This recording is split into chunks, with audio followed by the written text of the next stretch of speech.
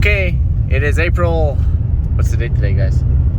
12th. So we got Lee here. Hello. And we got Rickles. Hi. Oh yeah. And some empty bottles of water back there if you're wondering if you saw that. So anyway, we're on our way to the drills. Why aren't we seeding? Great question. It is, it's only +2, which is plenty warm enough to go seeding in my books. We've been seeding these last few days. We got, I don't know, we got some crop in the ground. I don't know where we are, 18% or so, which isn't very much really if you think about it. But anyways, we're gonna go do some maintenance. Yay, because it's a chilly wind out there, so yay. So we're just looking over to your left there. It's all nicely seeded. We were just thinking that is so satisfying to see that ground all nicely seeded. Right, Rickles? Oh, it's great. It's great. It's awesome. Couldn't have it any other way. Wouldn't want it any other way. Except some moisture. Except that maybe if we had a little bit of moisture. We are a little dry down here. Like crazy dry, to be quite honest with you, but it is what it is. So.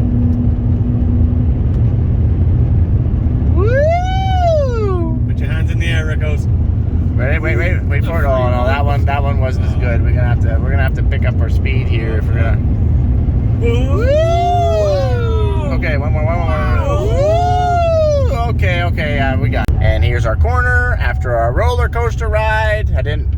Yeah, that's how it goes. Oh look, a decisive sign. That was back when they were cool, before they were bought by Telus. I mean, what? Awkward. Oops. Oh, that's awkward. Getting closer to the drills, but our conversation, we thought we'd include you guys. We were talking about cereal. Do you guys prefer it hard and crunchy in cold milk? Rick is he's kind of messed up back there because Hey. Soggy cereal. He likes his cereal soggy, and I'm like, oh man, I can't. I gotta have cold milk. Cold milk, yes. Cold milk, but isn't it Frankel's who warms his milk in the microwave? Or does he just joke around that he warms his milk in the microwave? Maybe I'm getting confused with somebody else. Warming up milk in the microwave is for the mini wheats. Oh, you don't do that. Even if it's mini wheats, you just don't do that. What do you guys think? What's your guys' is it? So, my younger brother, Brian, he doesn't even put any milk in. He eats it dry. So that's really weird. What about you, Lee? I work with barbarians. I resent that. I have my bow. I like my Weetabix, by the way. I don't even know what that is. When he first said that, both Rickles and I were dead quiet. We're like, did he just say? And we're like, did you just? Yeah. So we're gonna stop with that conversation now, and we're gonna go to servicing. So Ashton would normally be down here with us, but she is trying to work on your guys' merchandise. So please be patient with us, because as I told you before, and I'll tell you again, seeding comes first. Yes. Seeding comes first. So if we can have a spare day, like today, it's kind of snowing a little bit, we'll work on it. If not, it's going to have to wait until we're done seeding. And that could be end of April. That could be beginning of May, you guys. Sometime in May. It all depends. So just so you guys know that, okay? Seeding first. So I apologize about the wind. I do have Hammy on, which is my mic. That's hopefully going to help reduce some of that wind. So we're here. Why are we here? That's a great question. Hold on. This is a little bit blurry. Oh, take two. We're here to maintenance, grease, check everything over. How come we're not seeding? Because it's snowing everywhere else but southwest Saskatchewan. Like some places are getting like a lot of snow, and well, we don't have any, as you can see. But it's cold and it's trying to flurry. As you can see, there is some snow underneath the drills, very little. And you don't want to be seeding when it's snowing. Why? Great question. Because it will suck moisture in through your tank. Because your fans back there, I'll show you your fans. I just want to answer this question right now. These fans are sucking outside air and pushing it through your drill. That's what pushes all your seed and fertilizer. Well, there's no dryer on these fans, right? So if you're taking wet air, you're taking wet air, doesn't matter what temperature it is, and ramming it through these lines that's carrying your fertilizer, what's going to happen to those lines? You're going to plug them up. It is possible to plug them up. That's why you do not seed in the rain. Now, it's very little snow. It's questionable whether we should be going or not. But it is cold out. Ain't nothing going to happen right now, so we might just take this day off and just really focus on making sure we're ready to rock and roll again as soon as it warms up. Tomorrow, we're supposed to get maybe 5-6 centimeters. I don't know. So we're just gonna check all the openers, check all the hoses, make sure there's nothing broken. We're gonna grease.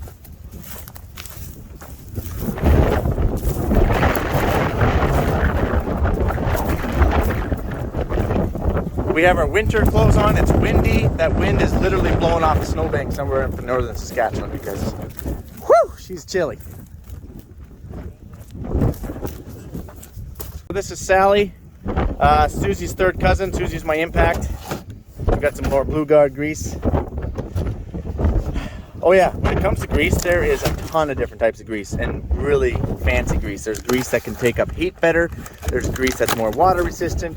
There's thicker grease for your pins. There's a lighter grease for your bearings and whatever. There's tons of different types. There's synthetic type of grease. I just go with the little cheaper grease and grease the crap out of it. That's just what I do. But everybody has their own way of doing stuff. Okay. Oh, I don't like that wind. Oh, that's a cold wind. It's just cutting us like a knife out here. We gotta put a tire on. I think I told you guys that already. We have a tire that's split. I think it's this one right here. So that's got to get changed. No big deal. Checking anything and everything. Mike, I thought you just greased. We grease the main pins. We might grease our banders. So there's 1, 2, 3, 4. We won't do any of the bearings on the hubs, and we won't do any of the bearings on those hubs yet. Now I feel like it's trying to snow. I feel like it's trying to snow now. Oh, this is awesome. Just wish we could do this every day. It's winter time It's winter, yeah. Say what? I can't hear you over the nice calm spring weather we're having. This is like fourth winter. You got a little bit of snowy dandruff going on right there. Okay, let's go check out this vent. I brought an air filter because I don't know if you guys are familiar, but where these vents draw their air is a terrible spot. It's terrible. So they draw their air from here, but it plugs the air filters on these things very quickly. You need to get a breather and a stack and get it up out of the air. Get it up out somewhere, but nope. They're cool. They're going to stick it in there. And it does look cool when it doesn't have a breather stack. It really does. But man, do we ever go through air filters. Oh, sorry about that. So we're just going to check our air filter situation. You can check it on the monitor here. So our air filter is at 54%. So we've plugged half our air filter in about 3 days. That's not good. That's not something to be proud of. On the Johnny Poppers, we can go a whole season without even looking at the air filter. And of course, there's sensors on everything too, but they're really good. But our Case 620 quad tracks we had, they weren't quite as bad as the Fendt. They were kind of in the middle. So you had the John Deere, did the best for the air filter. Then there was the Case. I think it's because that Case had so many turbos on it. It's just drawing so much air.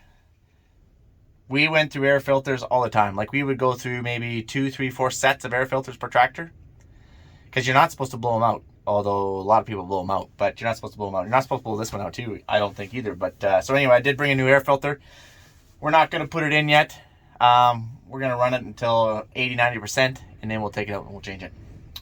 I just wasn't sure where it was at. That's why I brought the air filter. So, sorry about that. I'm always bonking my hand on everything. So we'll shut this thing off. We'll kill the power to it. And we're going to go. I should just stay in here a little bit longer. And it's funny because Ashton, she was, I don't know if she's losing it or winning, but when she was playing X's and O's in her tractor by herself. And she won.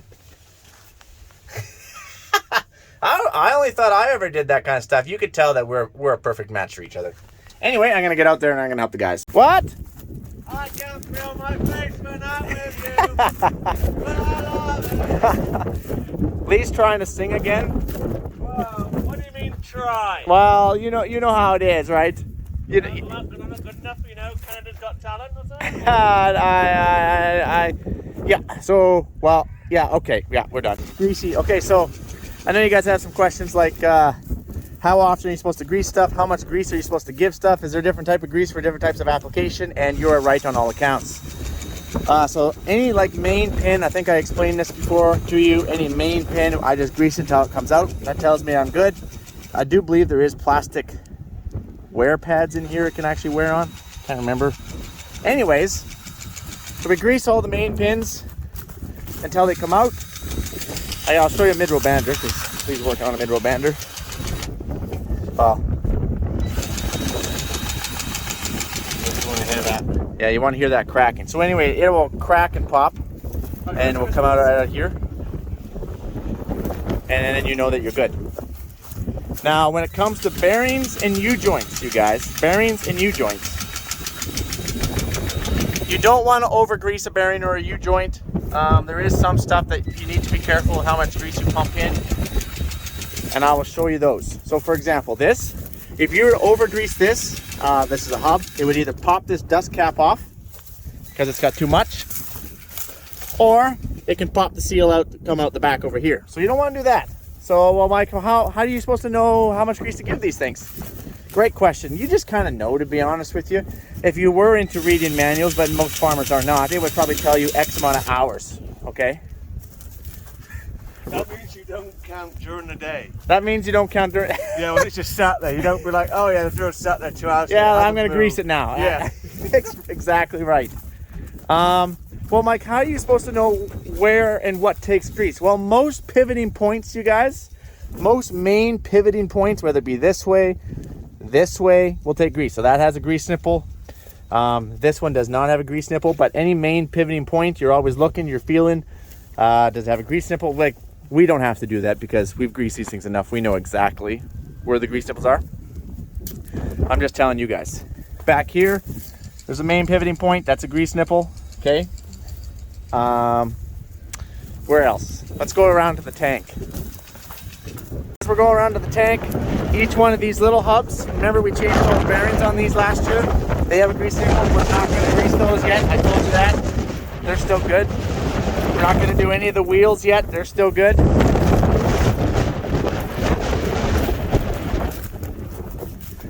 Okay, and then here's a big main pivoting point right here. It has a grease nipple. And then see this sticker? So there's lots of places like that will tell you. So that's 50 hours, okay? And as Lee was saying, that's 50 hours of operation work, not 50 hours, like it's just sitting there. Just trying to make that point. This is Bourgault's new update. I hope this works. There probably should be a grease nipple in there. I don't know, because we were breaking these pins and they were popping out. But there is no grease nipple in those, okay? Ooh, this tire's getting bad. This tire's starting to get bad. These little metering augers, these little bearings right here, pretty sure these are every 10 hours. I think I know that because I remember seeing a sticker somewhere on them. And again, that's 10 hours operational work. And the thing is, Mike, if you're working for 14 hours or 16 or 18 hours a day, does that mean that you're getting out and greasing your 10-hour grease nipples like 3/4 of the way through your day? No, that does not.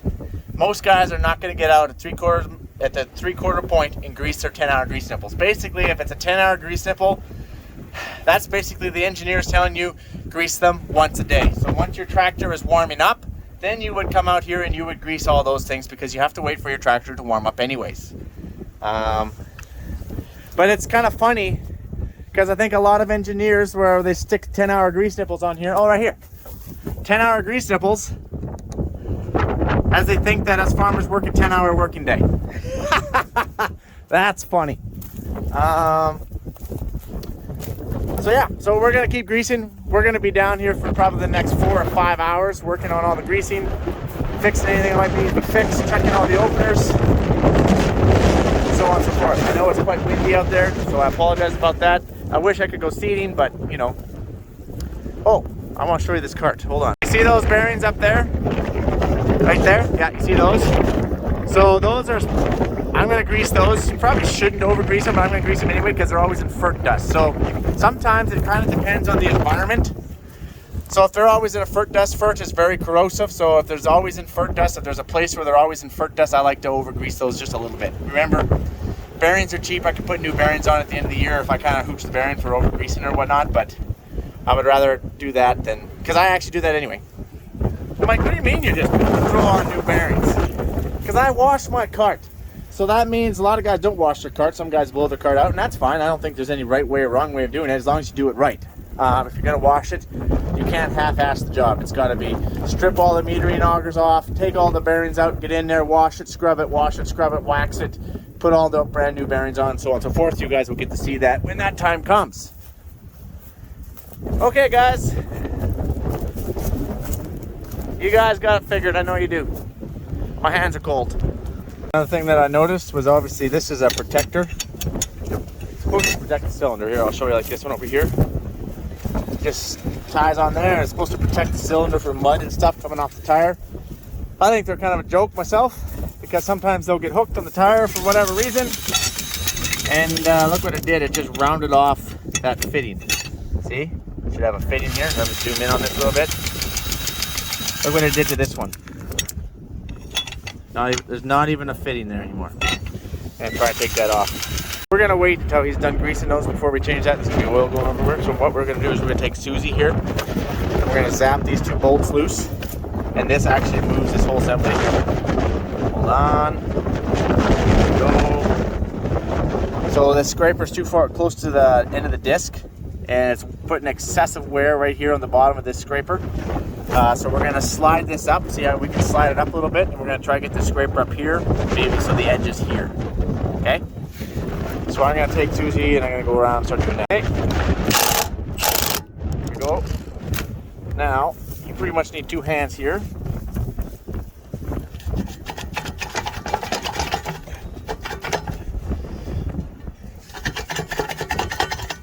Okay. There it is. Now I'd have to tighten that up with my other hand, which I don't have, so... Oh, maybe it'll stay.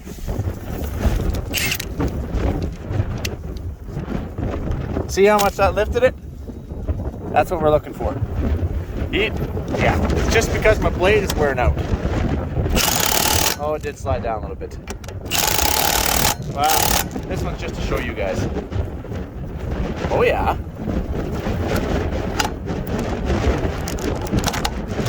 Go. These are kind of getting rusty. Okay, well, I'm going to continue doing this, but I'm going to be trying to be quick at it, okay? Okay, so, as I said before, we're just checking everything. This is the 15-liter Cummins, made in Mexico, I guess. I didn't know that, but I guess it is. We're just checking everything, make sure our radiator isn't plugged. We already checked our oil, it's good. Checked our coolant, it's good. And this is where this engine sucks its air, right up there. There's the stack. Now let's go take a look at the 1050 for comparison.